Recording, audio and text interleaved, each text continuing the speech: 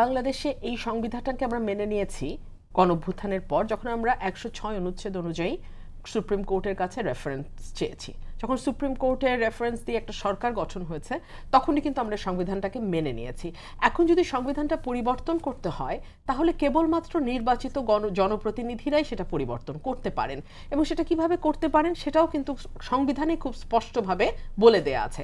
So এখন নির্বাচন হওয়ার পরে যারাই ক্ষমতায় যাক, তারা দলগুলোর মধ্যে যদি ঐক্যমত হয় যে আমরা এই পরিবর্তন চাই, ক্ষমতায় যেই যাক না কেন 2/3 মেজরিটি দিয়ে তো কথা, তাই না? সংবিধান সংশোধন করতে 2/3 মেজরিটি লাগে।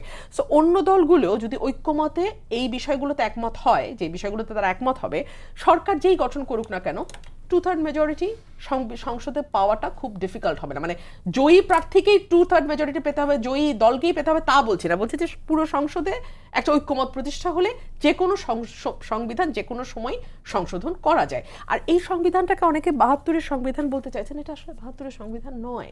17টা সংস্কার পর এটা তো আর ওই সংবিধান থাকে না। ওখানে রাষ্ট্রপতি শাসিত সরকার ছিল, পার্লামেন্টারি ফর্ম অফ গভর্নমেন্ট হয়েছে, অনেক জায়গায় পরিবর্তন এসছে।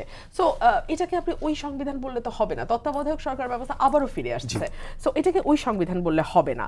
আর আমরা যেটা মনে করি, নির্বাচনটা ডিলে করলে কেউ কেউ মনে করছে যে তাদের জন্য সুবিধা হবে, তবে কতটুকু সুবিধা হবে, বাংলাদেশকে আদৌ রাজনীতিবিদদের কন্ট্রোলে রাজনীতিটা থাকবে কিনা, সেটাই কিন্তু হুমকির মুখে পড়বে। বাংলাদেশের ভেতরে যে ডিপ স্টেটের খেলা চলছে দীর্ঘদিন ধরে, তারও একটা খুব ভয়াবহ পরিণতি বাংলাদেশকে দেখতে হতে পারে।